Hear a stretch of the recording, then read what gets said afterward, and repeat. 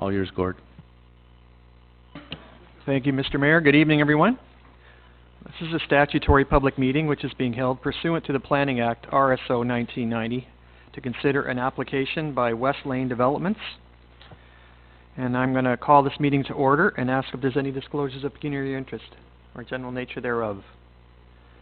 There being none, the applications process a development with 64 townhouse units that would be implemented by means of a plan of subdivision in combination with a common element condominium.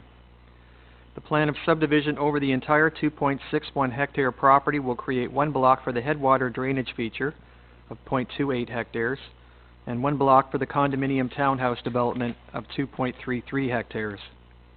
The plan of common elements condominium is only over the 2.33 hectare condominium townhouse development and will create the common elements of development, the access road, sidewalks, visitor parking, underground services, and common open space as shared property to which the individual lots will be attached.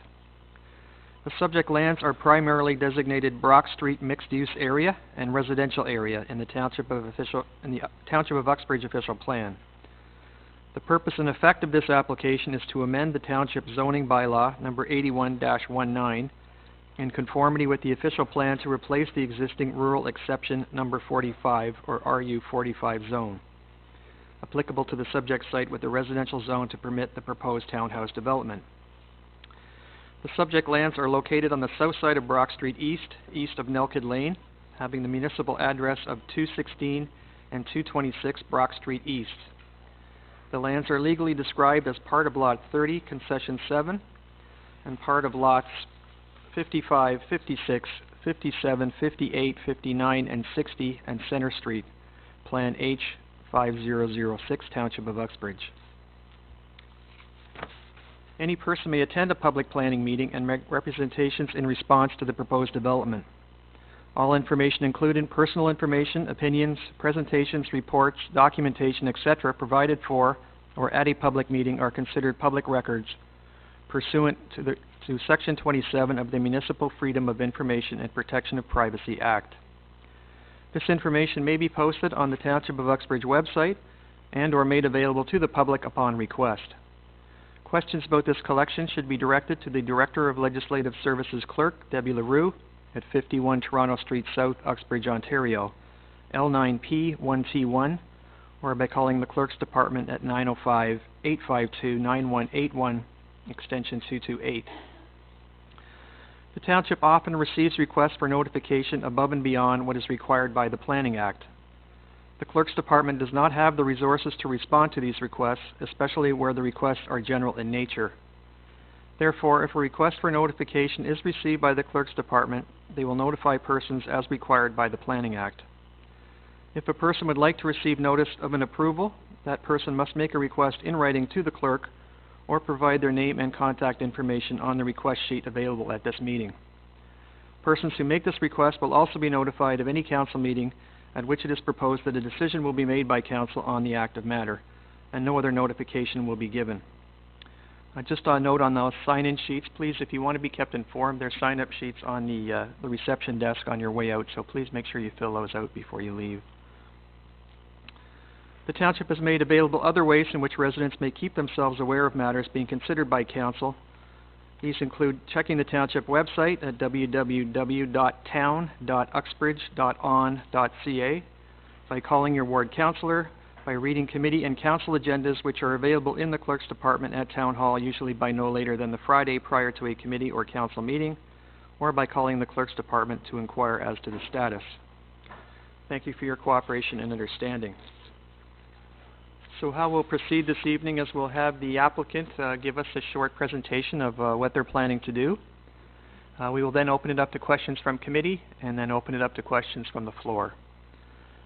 So any persons wishing to make an oral or written submission on the subject report should give their name, address, and postal code to the clerk and ask their questions through myself, the chair, or you can file a written submission if you don't wish to speak as well. Okay, so Debbie, can I help you? Mr. Chair, I just wanted to advise you as well that Valerie Hendry is here from the Region of Durham. She's the project planner, and she's here in the audience. Thank you. I believe Bryce, are you speaking on behalf of the applicant? Yeah. Just give your name, address, postal code to the clerk, please.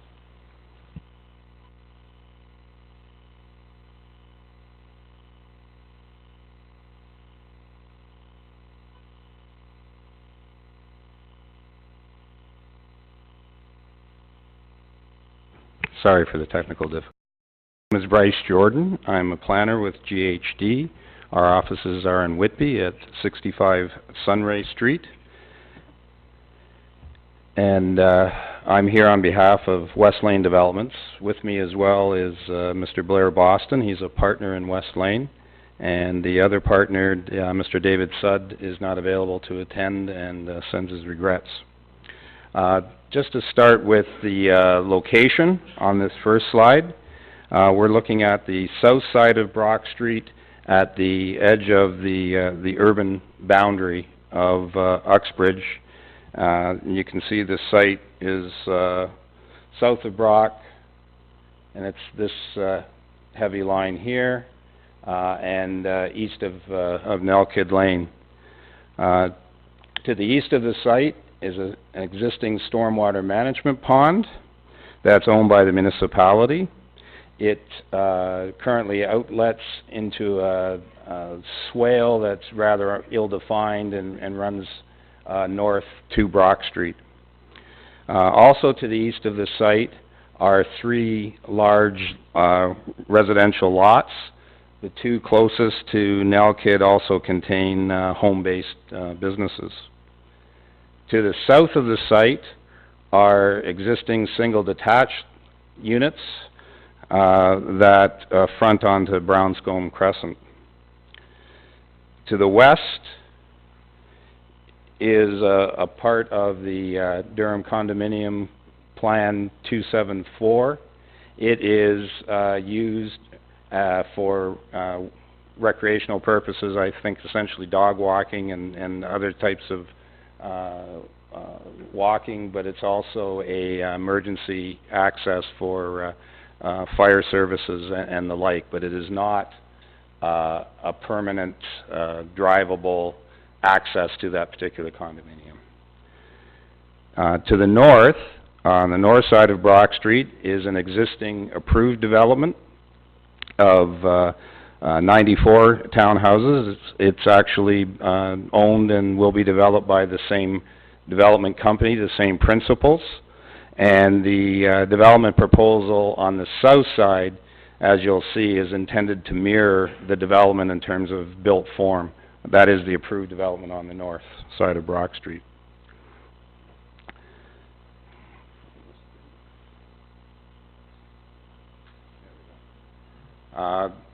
This drawing is just a colored version of what we saw before, except it now focuses on the site itself. First and foremost is, I wanted to point out, is a 20-meter wide open space strip that would be dedicated to the municipality. It will be adjacent to the storm pond and will contain the municipality's storm outfall. So that ill-defined swale that now runs through private property will be enhanced and improved in terms of its fisheries capability, but will also come into municipal ownership. The thought process at the current time, and it's just our proposal, certainly something the municipality would want to consider and perhaps agree with, is to, within that same open space strip of land, to include a walkway that would be publicly accessible, that would run from Brock Street to the south and then out to Nelkid. It could be used by the residents of this development, but also by anyone who is traveling on Brock Street, either by bicycle or walking. And again, that block of land in total would be dedicated to the municipality. The balance of the site, from approximately this line over to the east limit of the property, is where the 64 town Now, in terms of some of the development details, the overall density of this development is 30 units per net hectare, which is frankly on the low side of a townhouse development. Some of the reasons for that is that the units proposed are wider generally than most townhouse developments. They're either 7 meters or 7.2 meters wide as opposed to 5.5 or 6 meters.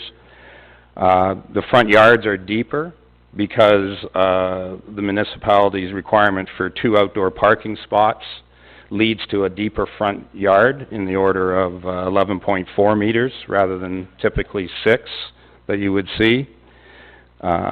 As well, the rear yards are somewhat deeper. Rather than 7.5 meters, they're either 8 or 9 meters deep. And also reducing the overall unit yield is the municipality's requirement for 50% visitor parking. So in this proposed development, for every 2 townhouse units proposed, there is a single visitor parking spot that is not in the driveway. And in this case, it's in 2 areas, at the south end and at the north end, to disperse the visitor parking on both sides of the north and south sides of the development. There are 2 unit types essentially proposed. The one type is fronting onto Brock Street. These are units that don't have a traditional rear yard. They have an amenity space and a deck over the garage. They have a 2-car garage in terms of width, so they're somewhat wider at 7.2 meters, and have at least the 2 parking spaces in front of that garage. The front doors of those units and the front windows face Brock Street, putting eyes on the street and creating the gateway entrance view as cars and people come into the town from Brock Street.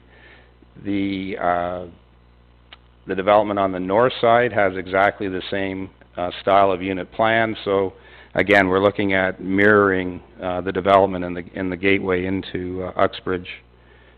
In terms of architectural style, this may be familiar to some of you because it is a similar architectural style. These are the units that are internal to the site, that are 7 meters wide and 2 stories in height.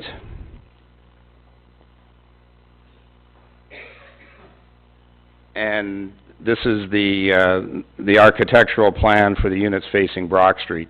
Either 2.5 or 3 stories at Brock Street, depending on the grade, with the front porch and the front doors facing onto the street, and they would be 3 stories. So when people hear about 3-story units, it's the back of these units that are 3 stories in height. Mr. Chair, I think those are all the comments. I have all the information I want to put in front of council and the public at this time. Thanks, Mr. Jordan. Okay, we'll load it up to committee. Any questions? Councillor Ballinger. Thank you, Mr. Chair, and I need a little leniency here, Mr. Chair, for a preamble. I'm concerned about the environment, and I'll tell you right now. For years and years, that was a farm. It was George Kidd's farm. The water ran from the Legion, around by the wartime houses, down the fields, and down through where you want to build. That's wetlands in there. There used to, and there was at one time, a culvert that went under 47 that was 18 inches. That culvert is now 3 feet, you know, in diameter. So in the spring of the year, when the snow melts, that's like a river coming down there. I see where you're saying you're going to protect it, but it flooded out on the rest of the land. So I'm wondering, I'd really like to know what the Conservation Authority has to say. Have you a report from them? Through you, Mr. Chair, we do not have a report back from the Conservation Authority. Our reports have gone into them. It will take some time for them to review those. The preliminary discussions with the authority were essentially regarding the environmental aspects of that existing swale. And that what they asked for was to move and improve. So yes, you can realign that swale, but ensure that at the end of the day it is a more environmentally rich habitat than it was before we began. So the focus, through you, Mr. Chair, has been on the environmental side of that swale. I'm sure that we'll be looking at the potential flood flows that it will also contain. What I've seen in terms of the design, there will be quite a deep channel there that will contain those waters, but that remains to be seen from our review with the authority. Okay, that's the concern I have, and it's a Right. big concern. Yeah. Thank you, Mr. Chair. Councillor Burton? And, you know, I've spoken to a number of residents here tonight, and the overwhelming majority are concerned about the trees in behind their houses. They've watched those grow since they've been there. What can you do to assure us that the roots and the trees themselves will be protected closest to Brownscombe? Again, through you, Mr. Chair, we have not done a detailed inventory as of yet of the trees.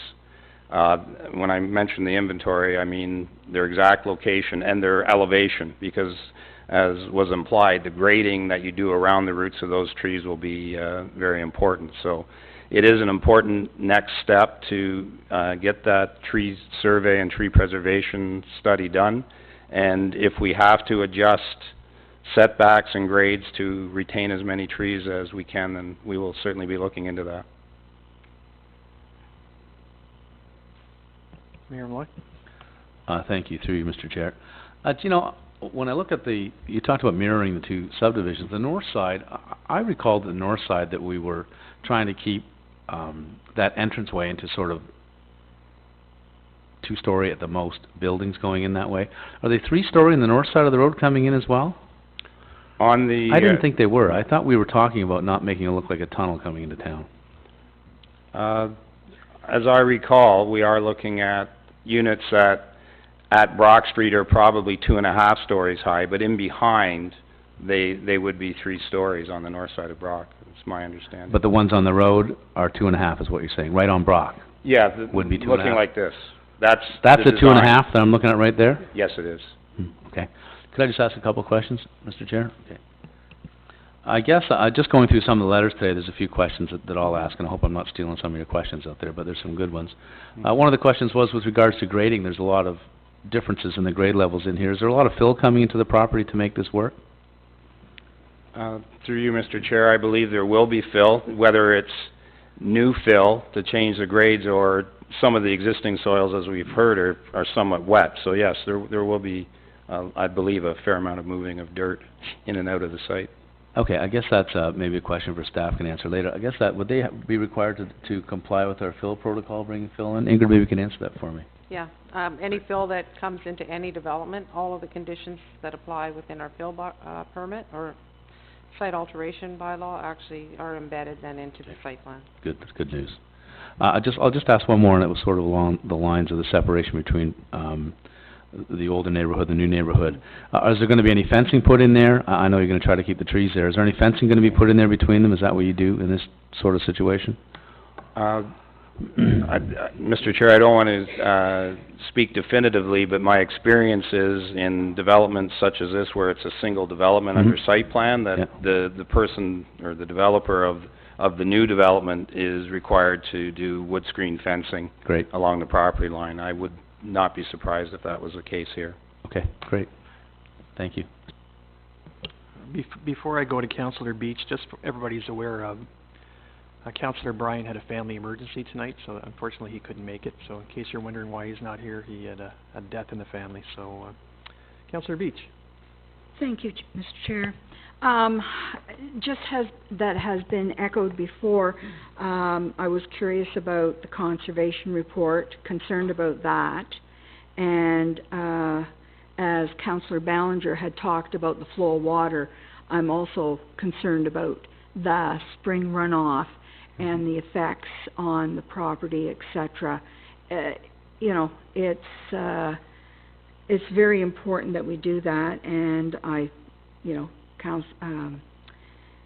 Mayor Malloy, mentioned about the fill and the grading, and that goes along with the wetlands there and the retention pond, and the fences was also a concern, like, you know, like, is this going to happen?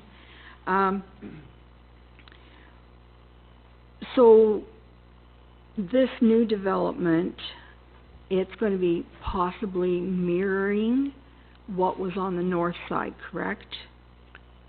Through you, Mr. Chair, that's the intent, is in terms of built form, was to create a consistent architectural experience along Brock Street, yes. Okay. No, because I too have a concern with it being 3 stories at the front, that it wouldn't match the other side. Okay. Thank you. More questions? I have a few that haven't been asked already.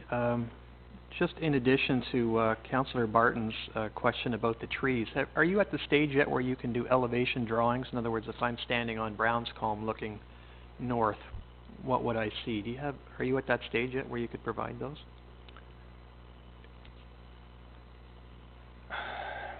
We did it for the Foxbridge development. Right, we did it for some of the other developments. Yeah, I'm just trying to think. It could probably be created in short order, but there would just a little bit more work needs to be done. I'm just trying to think of how long that might be. I just think it might be helpful for the over surrounding the course residents of a month or two, we might be able to pull something together like that. Okay, if you could do that, I'm sure it would be greatly appreciated. We also talked about affordable and accessible units on the north side. Are you incorporating or planning to incorporate any of that into the existing proposal here? That's something that I need to take back and speak with Mr. Sudd about in more Okay. detail. We did do something like that on the north side, and I will have that same discussion with accessibility them. especially is Yeah. something you need to incorporate, Right. at least into a proportion of the units. Yeah. Do you have a price range in mind for these, in the market price, or? I couldn't say. No? It's not really in my expertise, and if I gave a number today, I'd be wrong tomorrow, so I... Can you give us a range at all, or no? I couldn't. Really can't. I guess if you know, if I live next to this, I want to know, you know, the type of range that these Sure. houses would be. So Yeah. maybe if you're working on the elevation drawings, you can also... Yeah, and again, Mr. Sudd may have a better a better feel view. for that or handle Okay. on it, and we could provide that Well, this will be an information going ongoing forward. process, so I think, you know, once you can get that information to us, that Yeah, would be going great. forward, So- we'll do our best. Okay, any other questions from sorry, Councillor Barton? Yeah, through you, so with your other development, at the, Mhm. at the north end of the other one, you've got bungalows instead of the 2-story units? That's correct. And those were the ones that I talked to Mr. Sudd Mhm. about, to make those an accessibility as an option Right. there, so that you could Mhm. make them wheelchair accessible. Just Okay. wondering, especially with the proximity to Brownscombe, Mm-hmm. I'm wondering if we could do bungalows on the south side of this development. If you could take that back Yep. as a suggestion, that way they're not looking, Mhm. you know, at 2-story, the back of their, out their windows at another 2-story property. Right. It might again protect the view. Right. You know, that's something I'll definitely take back, Okay. and take under advisement with my client. Okay. It would be more aesthetically Mhm. pleasing for the people in the room. Councillor Balzer? Thanks, Mr. Chair. Let me throw this at you. Let me plant a seed. I'm not gonna say it's gonna happen, but I sat on affordable housing at Durham Region, for the region. What would the developer think of affordable housing such that the DCs were deferred, both at the region level and at the town level? I just throw that at you to give to the developer, because that may happen in some developments.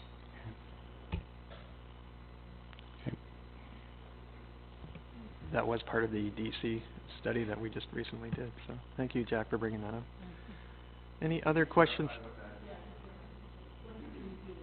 DC is a development charge, so when a builder builds a new development, they provide monies to the township for any increase in infrastructure that we would incur because of that new development. In other words, to improve roads, to those sorts of things. For affordable housing now, the region's bringing in, and I hope we will too, that we give basically the builder a break so that they build affordable housing and or accessible housing. So it works two ways, and maybe Jackie can get more details from the regional perspective on that. Yeah, thanks, Councillor Hyatt. It's an incentive. It's an incentive because, you know, there's 7,700 people out there looking for affordable housing in Durham Region. In Uxbridge, we have 55. It's an incentive saying, you know what, build some affordable housing so our kids come back, that there's a place that you can live and you can afford. And for any of you that look at the wartime houses across from the high school that were built during the war years, look at all the taxes we've collected for the last 70 years. Somewhere along the line, something has to change so there's affordable housing for people. You can't keep paying $800,000-900,000. Kids can't do that. They're mortgaged for the rest of their life. So sitting on when Roger Anderson always had a statement, you know, that no one should have to live without a roof over their head. And so we can create granny flats or create things that'll help our young people come back here and buy a house. That's what we should be doing. That's my spiel, Mr. Chair. Thank you, Councillor Ballinger. Mayor Malloy? That was a great spiel, Jack. Just to put it in perspective, the DC's on a house, each house is just over $100,000 in development charges per house. So that's the kind of money we're talking about. Anything else from committee before I open it to the floor? No? Okay, thank you, Mr. Jordan. Anyone from the floor like to ask a question? You can come to the front desk or to the podium, whichever is easier for you. Go ahead. Just give us your name, address, and postal code, please.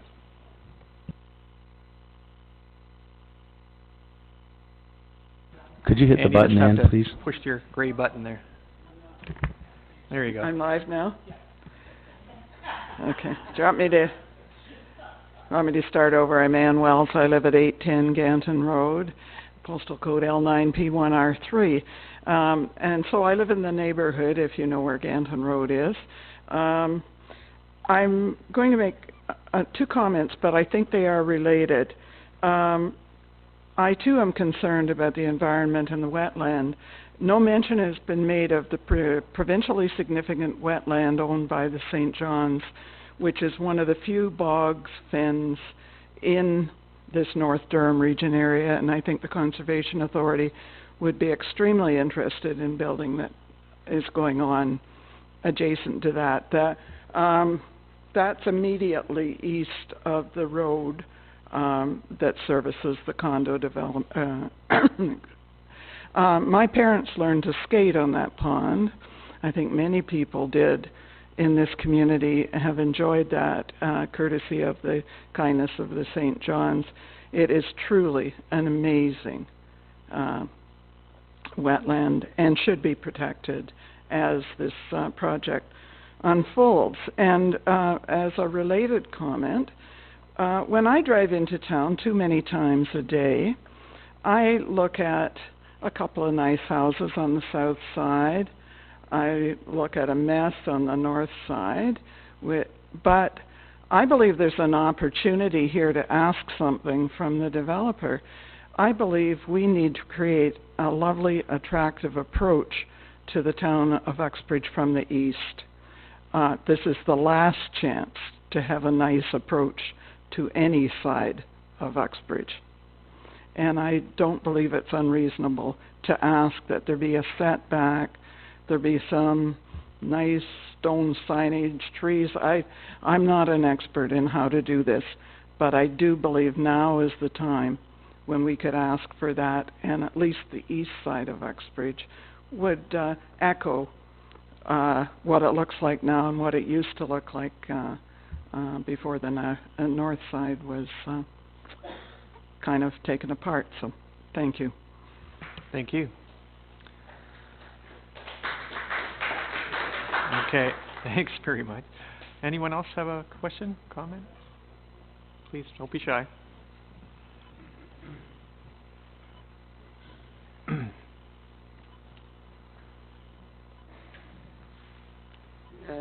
My name is Ann Holden. I live at 11 Brownscombe Crescent, L9P1X9. One of my major concerns as I back onto this subject property is the drainage. So if in the reports that we read, the drainage or the grade is to match the existing homes on Brownscombe, and as you know, Brownscombe is one level up already. All of our basements are walkout basements. In addition, it drops another 2 feet near to the fence line. So if the grade is going to match existing properties, I can imagine that all the water that's running down our hills onto the current open property will end up at the bottom of our property. So I have a concern about that. When I asked the gentleman here tonight, out by the road, Brock Street, if I look out my house along Brock Street, the property actually drops about 3 or 4 feet, being a ditch or whatever, and up again where Mr. Kidd used to live at 226 Brock. So that property there is actually a bit higher elevation, but as we all know, the water flows to the north. From the west, in the storm ponds, it currently flows through that property and to the north, so I understand the redirecting of the water to build the subdivision, but my concern is, won't the water just stay at the bottom end if there is going to be fill? How do we grade that out towards the road when the road's already higher than our existing properties? I don't understand how that's going to work logically. So I didn't get an answer to that question before, but I guess that's forthcoming. Secondly, I don't know that anybody has discussed it yet, but there is a zoning bylaw amendment at play here. It's a proposed change from rural to residential. I don't know the proper terms, but I'm actually opposed to it. I'm not standing in way of progress, but there are snapping turtles that exist in the, I don't know if it's called the Uxbridge Bog to the east of Fox Trail. And these snapping turtles actually migrate from this bog or marshy area, which is fairly shallow in the summer. They migrate across this property to the storm ponds for the winter, because they're deeper. So what I would ask of the developer is to leave space for these turtles to continue to migrate. And this is the trail capital. Uxbridge is the trail capital. So why not put a trail along that southern side of the property and backing on our existing fences? It leaves space for those turtles to migrate. It also leaves another pathway for folks on Fox Trail, for their children to walk to the high school as well. The other question I would have is, with the design of the subdivision, has the plan been actually put forth in front of the fire department yet? I can tell you I know people who live on Wheeler Court. This is in the west end of town, near to where the new fire hall is. And those are single car driveways, as is what is proposed here. And yes, you can park one front to back, but there are so many cars parked in that street, you can't even negotiate up and down that street. So I don't know how that snow plowing would work. He did say that there was no parking on the street, but that's what the plan is, but we're not sure what's going to happen, right? And I am concerned about the mature trees at the fence line of the existing properties. I did send in pictures with my written request. It would be a shame to lose those trees, and if a pathway is installed at the fence line, then the trees can be incorporated. There shouldn't be an issue, and it would still leave a pathway for the turtles. Do you want me to go on?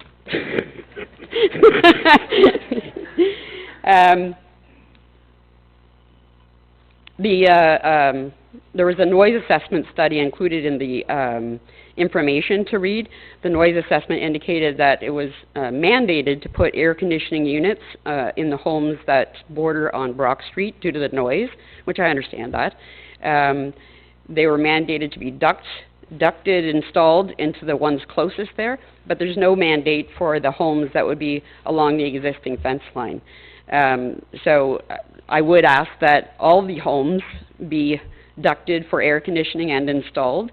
And the other thing I wanted to add is if they're not installed, these are proposed to be freehold townhomes, so people could install whatever they want, which is not good for the existing residents. It could be noisy window air conditioners, etc.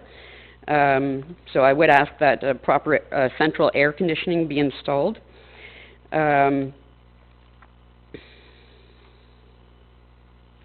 was no playground for children indicated on the plan, so the amount of green space, while it may meet the required level, green space to pavement per se, there was no playground included. I had one other point, but I can't find it. Yes, and I did request in my written statement for the privacy fence to be installed as well.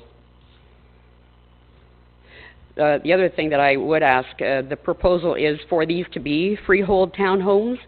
What I would prefer to see is that the outside grounds be maintained as a condominium board, if you will, so have maintenance fees collected and to maintain the grounds properly outside of each of the homes versus a freehold townhome. If it's a freehold townhome, they can do anything they want to the exterior of the property. I think that's all I have. Thank you. Thank you. We do have your correspondence here as well, so. Thank you. Okay, anyone else with a question or comment? Don't be shy. You can also submit this in written form as well if you're not comfortable standing up in front of the group, so. Roger, go ahead.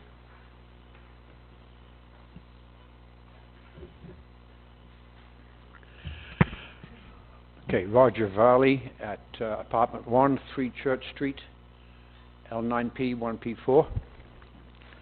I just have one question, and it might be an incredibly naive question, but I'll ask it anyway.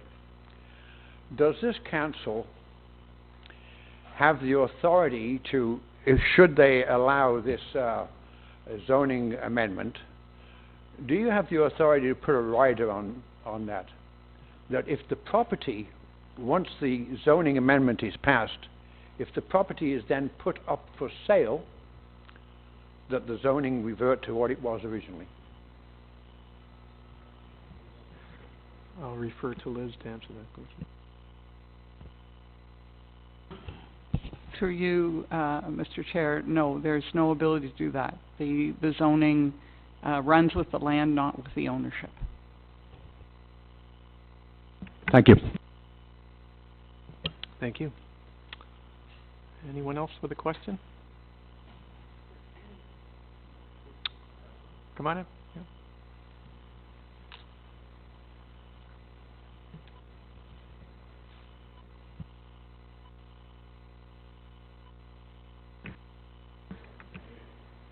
Adam Brown, 3 Brownscombe, L9P 1X9.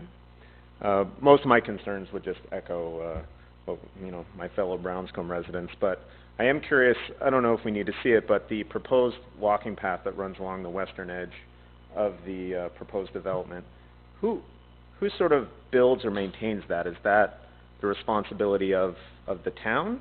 Because it's, in theory, it's supposed to run now onto the southern edge of the stormwater management pond so that it would funnel it towards the schools. Does the builder do that? Are they accountable? Ingrid, do you want to answer? I'll take a shot at it.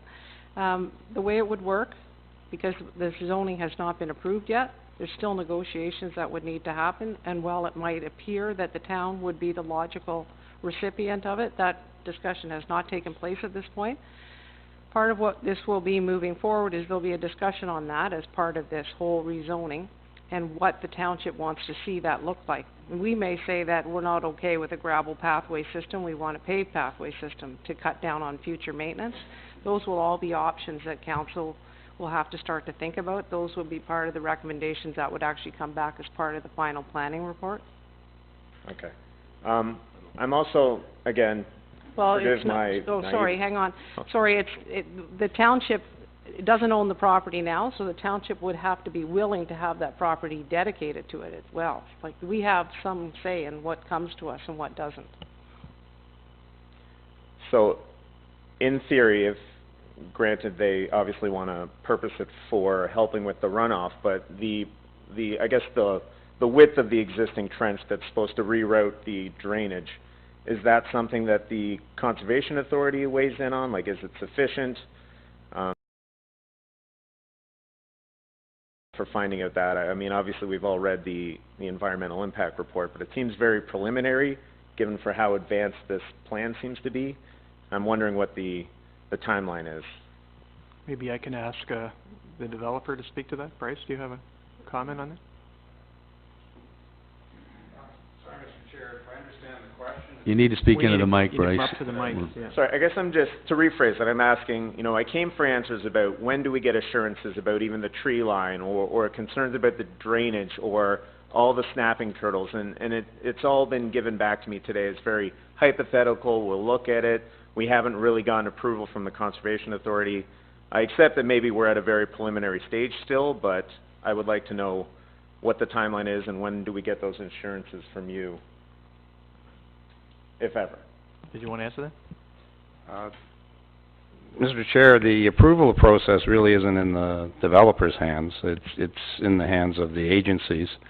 My experience is that it takes several months to receive comment back from the, particularly the authority, the Conservation Authority. There's often further information, further discussion needed, such that I would guess we're in the order of at least 6 months to be able to come to a conclusion and be able to answer all of the questions that everybody has on it, including ourselves, when it comes to the acceptance by the authority. And what one would see at the end of that 6 months is probably, number one, slightly different, but also much more definitive at that stage when your staff and your consultant are making a recommendation. I think that's the best I can put it. Thank you. Anyone else? Yeah, come on up, please.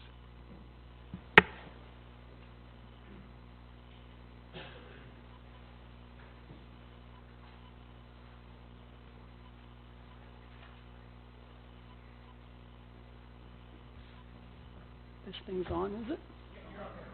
Okay. I don't want to be lengthy here because I did submit a rather lengthy letter to Debbie LaRue and to Valerie Hendry. Can we just get your name to start with? Your name, Sorry? address, and postal Oh, I'm code? sorry. Marie Heddle, 13 Brownscombe Crescent, L9P1X9. A couple of comments that Mr. Jordan come up with when we asked about a fence. I'm not sure what the definition of wood screen fence is, because right now there's a chain link fence there that's incredibly ugly, and a lot of us have tried to camouflage that with greenery and other types of wood fencing. That was one thing. The second comment I have is I had occasion last Thursday to be speaking to our fire chief, and I showed him the map, the proposed streetscape. He had not yet seen it, neither had Mr. Maynard, who's the captain, I think. Anyway, he looked at the document and he said immediately the one challenge he saw was that for fire regulations there needed to be 2 entry-exit points to that property, and as it's proposed there's only 1. So that's one thing. Nobody wants a fire in your backyard for sure. The other comment was parking. Brownscombe Crescent butts on to Nelkid twice, and those lots are narrow, I think at 40 or 42 feet. So there's very little curb parking, and as Councillor Ballinger commented, we want our young people to come back to town and thrive and grow their families. However, Nelkid gets to be a bit of a obstacle course because everyone's got their cars in the driveway and their kids are parked on the apron or on the street. With a 25-foot lot, there is no curb space, and we can all say that 2 cars are going to be in the driveway, but I think everyone in this room knows that that's not really a realistic expectation. And the number of visitor spaces will be taken up by extra people other than couples living in these proposed townhouses. So there will be no visitor parking available, the way I see it. So my comments are respectfully submitted for consideration. Thank you. Thank you, Ms. Heddle. Anyone else? Anyone else? Questions? Come on up, sir.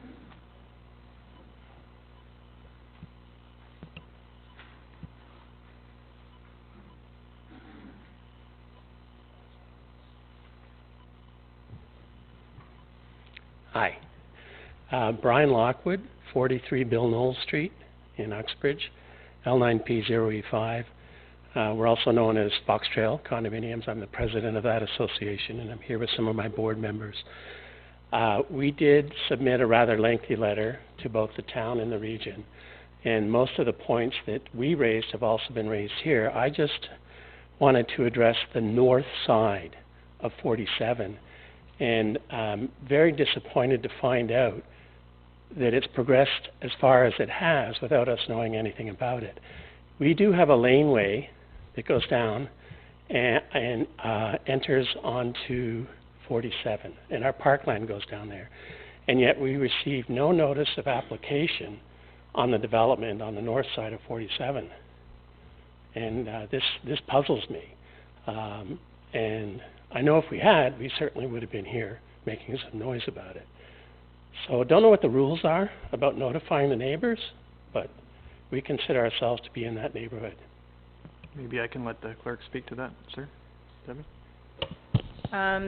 I would have to look at your property to see if it's within, so generally what happens is there's a 120-meter buffer around the subject lands that are circulated by mail. So it would depend on where your property fell into that buffer and whether or not you would have received actual notice on it. But also, there on a frontage on a street, there's signs posted, and that's posted within the 20 days notice as well. So I have no way of knowing whether you were on the circulation list or not. Because the laneway is not an entrance for us, we wouldn't drive by there very often. So I guess I'm just looking for some sort of written notice that I would have expected to come to our neighborhood, because it is right across the street from our property on 47. So anyways, I'll leave that with you. Thank you. Thank you. Anyone else? Come on up.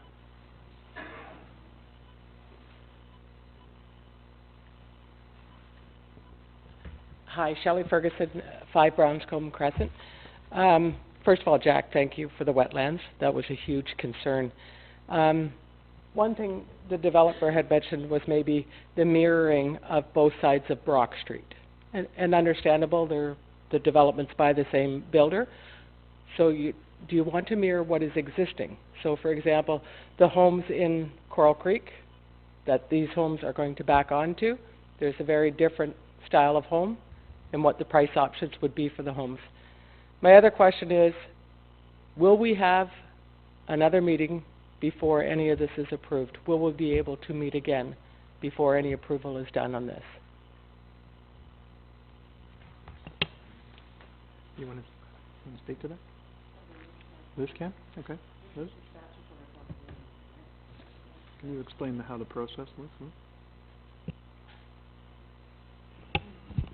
So under the Planning Act, the township is required to have one statutory public meeting, which this is that meeting. They are not required to have an open house. However, they commonly have an open house before the statutory meeting, which in fact took place this evening, as I understand it. If there is something, for instance, there's a considerable delay between, Mr. Jordan mentioned that it would take normally in the order of 6 months for things to get sorted out. If there was something beyond that, so there was perhaps took another year before it came back, council could decide to have another public meeting because there had been presumably considerable change in the neighborhood and in the development. Normally, they would not have another public meeting, but when the planning report comes back to council, it is a public meeting of council, and people can speak to the result of the planning report at that time before council makes their decision on the application. Okay, thank you. I mentioned those sign-up sheets at the outset. Please, make sure your name is on that, just so that we know, who to contact.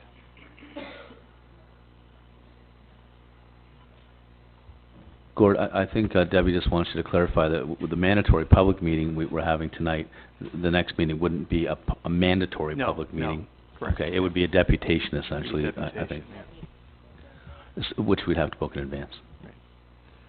Gail Sanderson, 7909 Durham Road 30, LOG 1MO.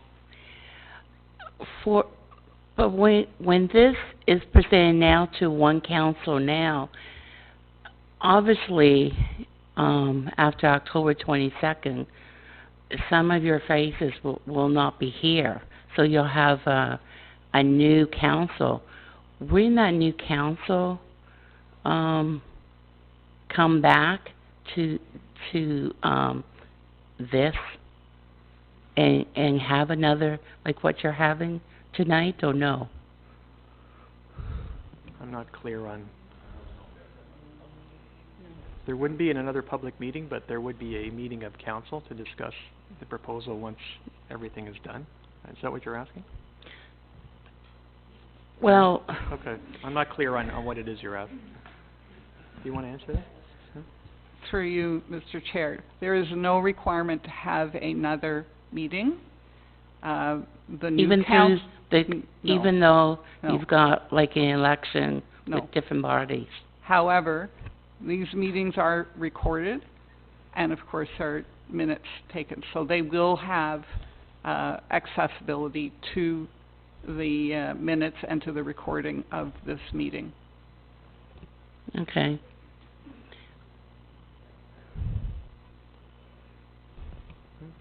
I think we should clarify it. With the Planning Act, you have to have the mandatory public meeting, which this is. That doesn't preclude us from having another meeting in the future. It just wouldn't be the mandatory public meeting. This is part of the planning process that we have to do this today. And it's all, you've got some information today, some of you, I think, on the 150-day timeline. We're doing all of that. I think it would probably be very wise for the new council to have another public meeting. It wouldn't be the mandatory one, though.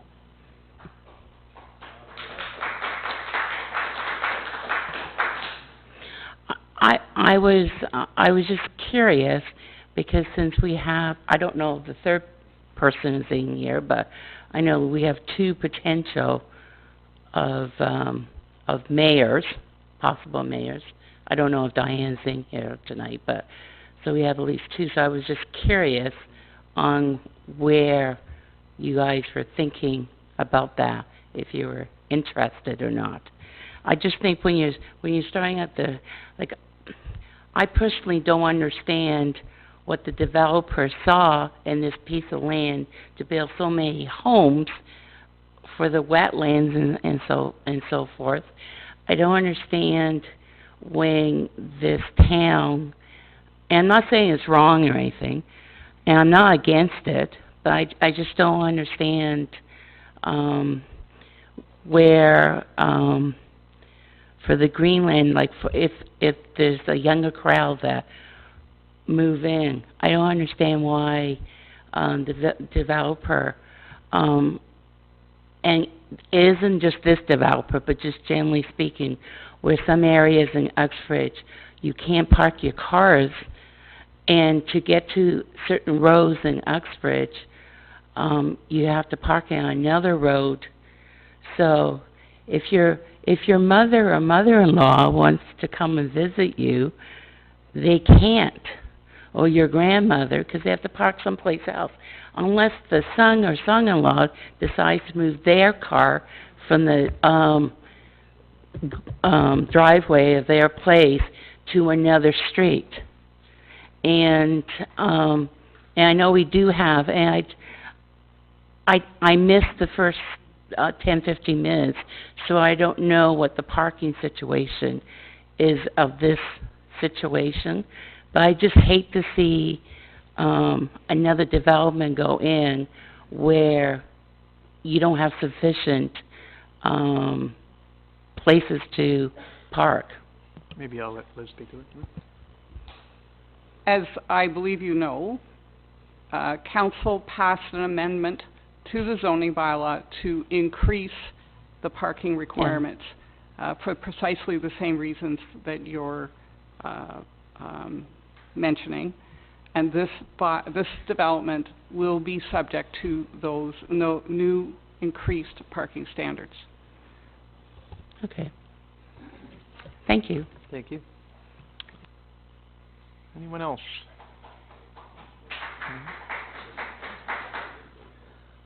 Okay. Huh? Does anyone else have a question? No? Okay, I'm going to give 30 days from today for written submissions. By that time, Councillor Bryan will be back to answer any questions that you may have. I would recommend that you get that sooner than later. It'll give our consultant planner time to go through everything. It's quite a complex procedure, as you probably know. So I'm going to give 30 days from today, and make sure that you sign up on those sheets before you leave this evening. And I'm going to ask Council to receive the other business that we have. They're at reception, yeah, thank you. Can I get a motion to receive the correspondence that we have? Councillor Ballinger, seconded by Mayor Malloy. Refer to planner and applicant. All in favor? Carried, thank you. Is there any other business? Councillor Barton. This business has absolutely nothing to do with anyone in this room. But we have an issue in my ward on the fourth concession between WAG and Durham 8. There's a gravel pit that's switched from Beamish to Dufferin Aggregates, and we've been having some pretty major issues in that area. Because we're in the middle of an election and there's some safety concerns, I think we should empower our staff to make some no stopping signs along that area. I'm not quite sure that, Dave, I understand what you're saying, but it's not really part of this planning meeting. Maybe you want to have that afterwards? I'll close the meeting and then you can discuss that. Is that okay? I just didn't want us to completely adjourn. Motion to adjourn. Motion to adjourn? Yeah. Okay. All in favor? Carried. The floor is yours. Yeah. Now pretend the last 30 seconds I spoke was in this meeting. So the concern is we need to make sure that the trucks aren't lining up on the 4th, because other trucks are coming up over the hills and not getting stopped in time. So my proposal here is to ensure that we've got no stopping signs on the side of the 4th and allowing our staff to do that. And then we've also discussed at length about a 4-way stop at the 4th and WAG. And I think we should propose that, especially given the increased truck traffic that we're experiencing. Dave, just understand that we're really not even in a meeting at this point in time, but I think that's something you can work out with staff after this. We aren't in a council meeting, we aren't in a meeting. Okay. So, but I think you could work that out with staff. I think they'd be happy to do something like that. I don't think they can without our approval. I think they can. Thank you all for coming, and don't forget to sign up. Enjoy your evening. Thank you. Thanks for coming tonight. Drive safe.